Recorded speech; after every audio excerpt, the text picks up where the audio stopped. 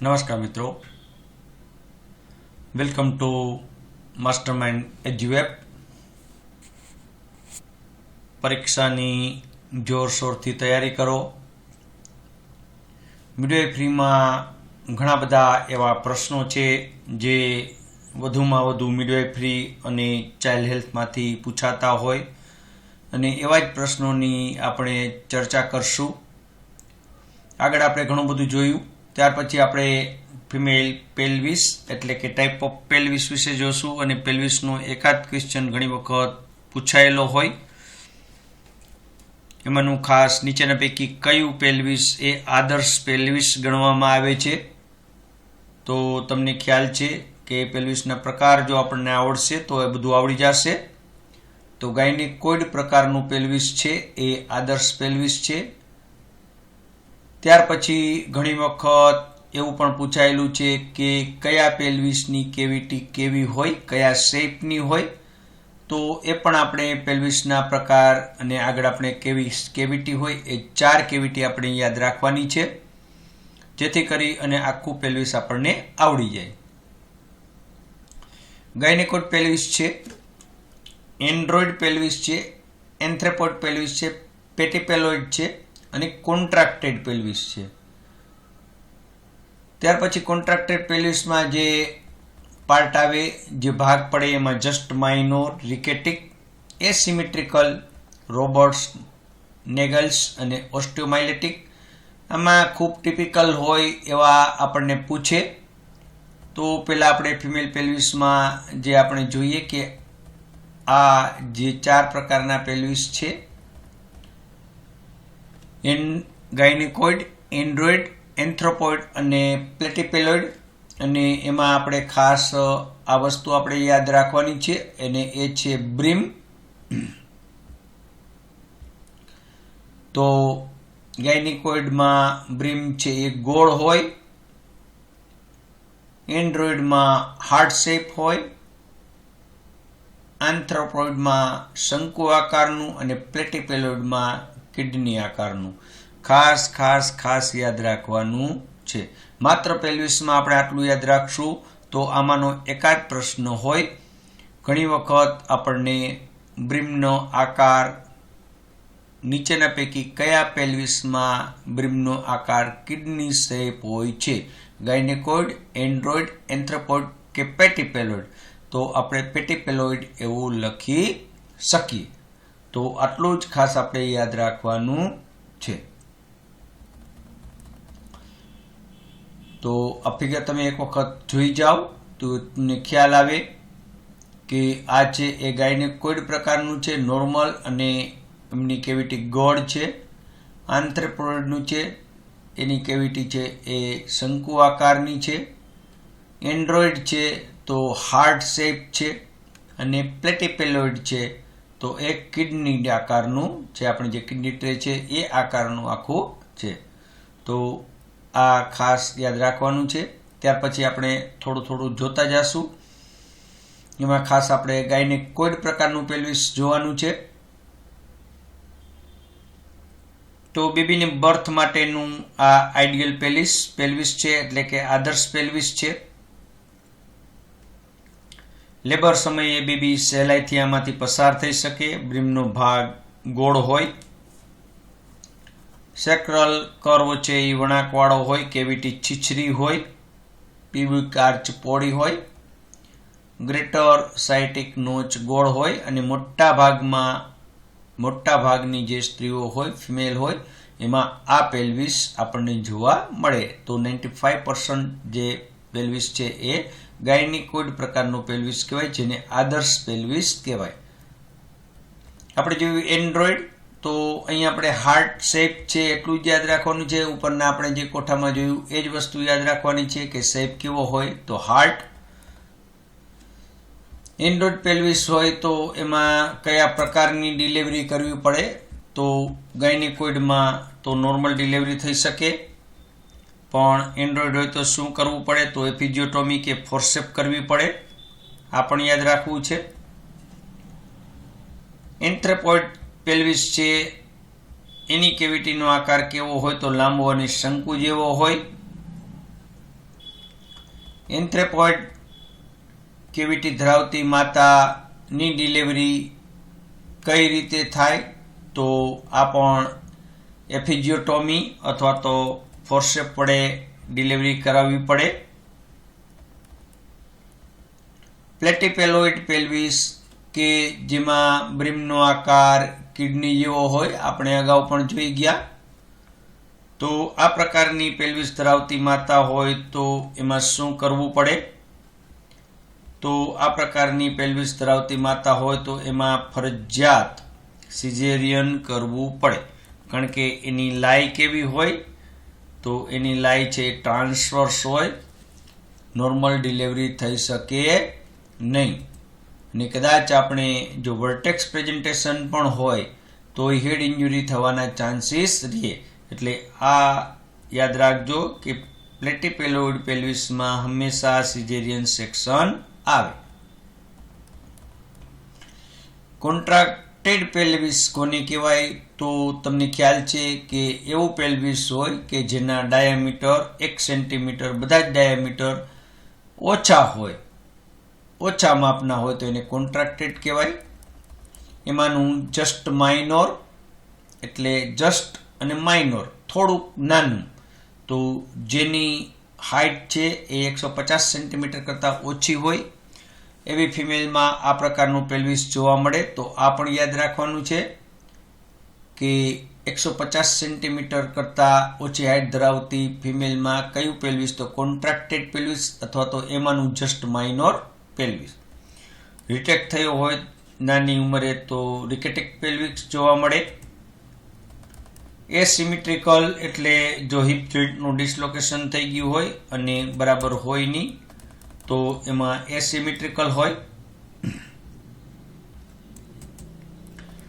Robot પેલ્વિસમાં સેક્રમ બોન છે, પાછળનું બોન, એ બરાબર વિકાસ ન પામ્યું હોય તો એને કહેવાય રોબોટ પેલ્વિસ. નેગેલ્સ પેલ્વિસ યાદ રાખજો કે ઘણી વખત એક બાજુનું ઇનોમિનેટ બોન જ ન હોય, એક બાજુ સેક્રોઇલિયાક જોઈન્ટમાં જ તકલીફ હોય તો એને નેગેલ્સ પેલ્વિસ કહેવાય. ઓસ્ટિયોમાઇલેટિક તો નાની બાલ્યાવસ્થામાં ઘણી વખત ઓસ્ટિયોમાઇલેટિસ થયું હોય તો આ પ્રકારનું પેલ્વિસ જોવા મળે. તો ટાઈપ ઓફ પેલ્વિસમાં આપણે આટલું યાદ રાખશું. ત્યાર પછી છે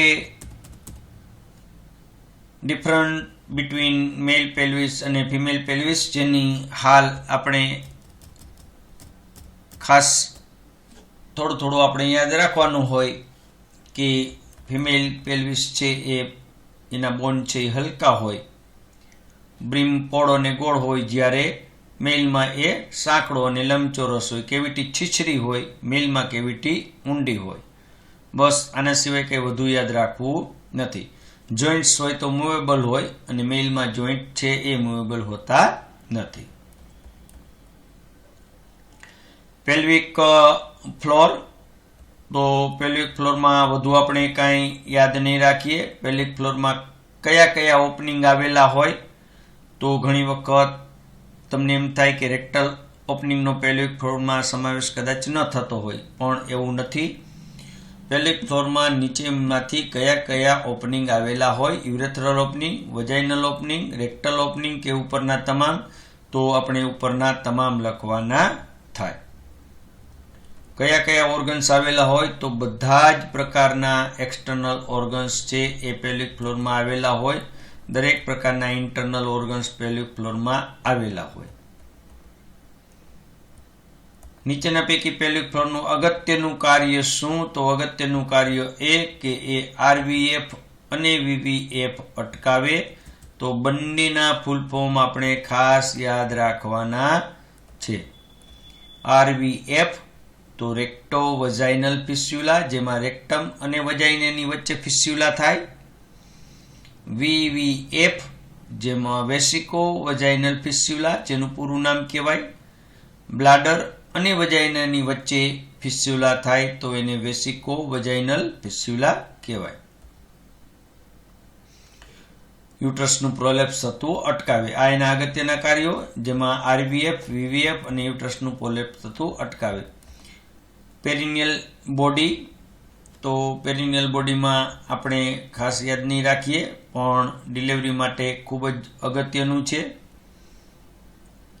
ત્યાર પછી ફિટલ સ્કલ, અને 100% યાદ રાખવાનું જ છે ફિટલ સ્કલ, જેમાં આપણે ઘણી બધી વસ્તુ જોવાની છે ફિટલ સ્કલમાં, જેમાં ખાસ કરીને ફિટલ સ્કલના ડાયામીટર, ફિટલ સ્કલના ફન્ટોનલ અને ફિટલ સ્કલના જે સ્યુચર છે એ આપણે યાદ રાખવાના છે. અવારનવાર આપણને પૂછાય છે. ફિટલ સ્કલ આપણે એટલા માટે ભણવું જોઈએ કે મોટાભાગની જે 96% ડિલિવરી છે એ હેડથી થતી હોય, તેથી આપણે ફિટલ સ્કલ બરાબર ભણવું જોઈએ. તો અહીં આપણને ખ્યાલ છે ફિટલ સ્કલ ટોટલ કેટલા બોનનું બનેલું હોય, તો કુલ 9 બોનનું બનેલું હોય, એ યાદ રાખવાનું છે. ડિલિવરીમાં કેટલા બોન અગત્યનો ભાગ ભજવે, તો ડિલિવરીમાં માત્ર 4 બોન અગત્યનો ભાગ ભજવે. ફિટલ બોન થવાની શરૂઆત ક્યારે થાય, તો 8મા અઠવાડિયેથી થાય. ડેવલપ થવાની શરૂઆત 8મા અઠવાડિયેથી થાય. ફિટસ કયા કયા બોનનું બનેલું છે, તો ઓક્સિપિટલ, પેરાઇટલ અને ફ્રન્ટલ, જેમાં 2 પેરાઇટલ.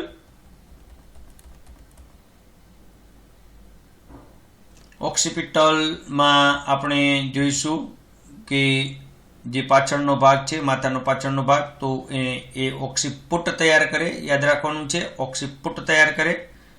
અને એમાં જે મોટામાં મોટું જે કાણું આવેલું હોય તો એને આપણે ફોરામિન મેગ્નમ કહેશું, જેમાંથી કરોડરજ્જુ પસાર થતી હોય.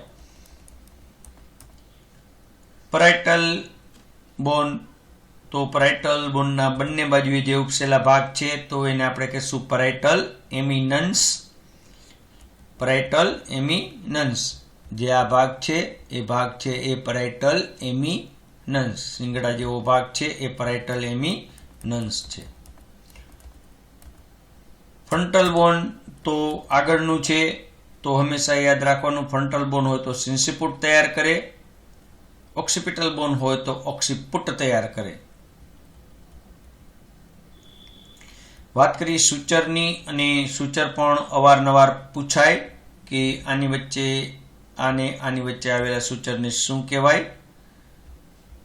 તો એમાં ખાસ આપણે 3 સૂચર, લેમ્બોઇડ, સજાઇટલ અને કોરોનલ સૂચર યાદ રાખવાના છે. લેમ્બોઇડ સૂચર એટલે એનો આકાર જ ઊંધા લેમડા જેવો હોય તો લેમ્બોઇડ સૂચર કહેવાય, કે એની વચ્ચે આવેલું હોય. તો ઓક્સિપિટલ અને 2 પેરાઇટલ બોનની વચ્ચે આવેલું હોય, એ પણ યાદ રાખવાનું છે. સજાઇટલ સૂચર ક્યાં આવેલું હોય, તો 2 પેરાઇટલ બોનની વચ્ચે આવેલું હોય, એ સજાઇટલ સૂચર. કોરોનર સૂચર ક્યાં આવેલું હોય, તો ફ્રન્ટલ બોન અને 2 પેરાઇટલ બોનની વચ્ચે આવેલું હોય તો એ કોરોનર સૂચર છે. અને અમુક ટાઈમે કોરોનર સૂચર છે એ અદ્રશ્ય થઈ જાય. ત્યાર પછી જોઈએ ફોન્ટાનલ. એમાં આપણને ખ્યાલ છે કે એન્ટિરિયર ફન્ટાનલ અને પોસ્ટિરિયર ફન્ટાનલ અવારનવાર પૂછાતો પ્રશ્ન છે. એન્ટિરિયર ફન્ટાનલ બીજા શાના વડે ઓળખાય, તો બ્રેગમાં. પોસ્ટિરિયર ફન્ટાનલ શાના વડે ઓળખાય, તો લેમ્બડા. એન્ટિરિયર ફન્ટાનલ ક્યારે પૂરાઈ જાય, તો 18 માસની ઉંમરે. એન્ટિરિયર ફન્ટાનલ ક્યાં આવેલું હોય, તો સજાઇટલ, કોરોનલ અને ફ્રન્ટલ સૂચર જ્યાં ભેગા મળે ત્યાં એન્ટિરિયર ફન્ટાનલ હોય. આકાર કેવો હોય, તો ડાયમંડ શેપ હોય. એન્ટિરિયર ફન્ટાનલમાં આવતી પલ્સને શું કહેવાય, તો એને સેરેબ્રલ પલ્સ કહેવાય. આવું યાદ રાખવાનું છે. એવી જ રીતે પોસ્ટિરિયર ફન્ટાનલ, જે લેમ્બોઇડ સૂચર અને સજાઇટલ સૂચર વચ્ચે આવેલું હોય, ક્યારે પૂરાઈ જાય, તો 1.5 માસે. એનું બીજું નામ શું છે, તો એને બીજા લેમ્બડા તરીકે પણ આપણે ઓળખીએ છીએ. આટલું યાદ રાખવાનું છે ફન્ટાનલમાં. બરાબર છે. આ ફન્ટોનલ છે, આ ઇન્ટિરિયર ફન્ટાનલ છે, આ પોસ્ટિરિયર ફન્ટાનલ છે. તો ફ્રન્ટલ સૂચર, કોરોનલ સૂચર અને સજાઇટલ સૂચર જ્યાં મળે ત્યાં જે ફ્રન્ટલ જોવા મળે એ એન્ટિરિયર, જેને બ્રેગમાં પણ કહેવાય. સજાઇટલ સૂચર અને લેમ્બડોઇડ સૂચર વચ્ચે જે છે એ લેમ્બડા છે, પોસ્ટિરિયર ફન્ટોનલ છે. તો આ આપણે યાદ રાખવાનું છે. ત્યાર પછી આપણે નેક્સ્ટમાં જોશું એરિયા ઓફ સ્કલ, સ્કલના જુદા જુદા એરિયા, જેના જુદા જુદા ભાગ ક્યાં પડે એ આપણે જોશું. તો એ આપણે આગળના લેક્ચરમાં જોશું.